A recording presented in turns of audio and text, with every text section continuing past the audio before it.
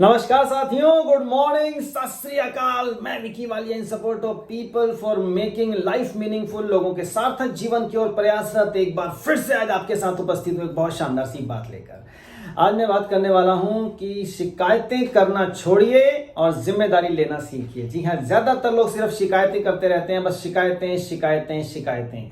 खुद कुछ करना नहीं, जिम्मेदारी लेनी नहीं, बस सामने वाले पे दोषारोपण करना है, किसी ना किसी पर दोष देना है। साहब, तो ये काम करना छोड़ दीजिए। सब कुछ आपके हाथ में है, आप चाहें तो क्या कुछ नहीं कर सकते हैं। जी हाँ, जितने भी काम आज तक हुए हैं दुनिया में, किसने किए? इंसानों ने ही तो किए हैं। वो इंसान भी तो कुछ ना कुछ आपके जैसे ही है ना साहब। तो आप भी इंसान, वो भी इंसान, तो कुछ भी आप कर सकते हैं। जो भी आप करना चाहते हैं, आप सपने देखते हैं, अपने सपनों को साकार करने के लिए मेहनत करें, कदम बढ़ाएं, जरूर साकार होंगे। एक किस्सा मुझे याद आता है। एक बार की बात है, एक इंसान एक रेगिस्तान से गुजर रहा था। रेगिस्तान से गुजरते हुए उसको बड़ी गर्मी महसूस हुई, बड़ी चिलचिलाती धूप थी और अचानक उसने आसमान की तरफ देखा और ये देखकर भगवान जी से शिकायत करने लगा कि हे भगवान, कैसा रेगिस्तान बनाया है, पानी की एक बूंद तक यहाँ पे नहीं है। इतनी बड़ी जगह है, यदि पानी यहाँ पर होता तो ये जगह कितनी खूबसूरत हो सकती थी, कितनी हरियाली यहाँ पर हो सकती थी। जैसे ही वो नीचे मुंह करता है, ऊपर देखते हुए, शिकायत करते हुए नीचे देखता है, उसको सामने एक कुआं नजर आ जाता है। क्या बात है! उसको पहले तो विश्वास नहीं होता कि ये कुआं यहाँ पे कहाँ से आया। कई सालों से वो इस रास्ते से गुजर रहा है, मगर कुआं आज तक तो देखा नहीं। चलो कुएं के पास जाके देखते हैं और वाकई उस कुएं में पानी भी होता है। अब पानी के लिए थैंक्स तो नहीं बोला उसने, पर फिर से उसने शिकायत शुरू कर दी भगवान से कि हे भगवान, पानी का कुआं तो है, पर उसको निकालने का कोई साधन भी तो होना चाहिए था ना यहाँ पर। जैसे ही वो नीचे की तरफ देखता है तो देखता है कि पास में एक रस्सी और एक बाल्टी मिल जाती है उसको पड़ी हुई। अरे वाह, पानी निकालने का साधन भी हो गया। फिर से कहता है, अरे भगवान जी, इस पानी को मैं लेके कैसे जाऊंगा सारी तरफ। तभी उसको महसूस होता है कि उसको कोई टच कर रहा है, कोई छू रहा है उसको। तो पीछे मुड़ के देखता है, ऊंट उसको नजर आता है बड़ा सा।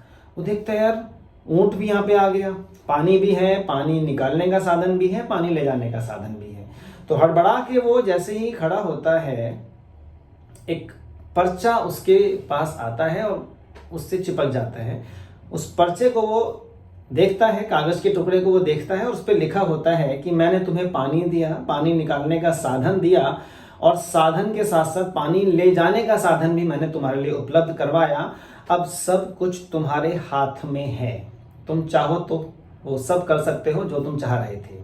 वो आदमी अब घबरा जाता है और सब कुछ छोड़ छाड़ के वहां से निकल पड़ता है और मन में ये सोचता है कि यार, ये तो यहाँ पर सब कुछ हो गया है, मगर ये हरियाली लाने के चक्कर में कहीं मैं इस काम में ही ना फंस जाऊं, मेरे दूसरे कामों का क्या होगा।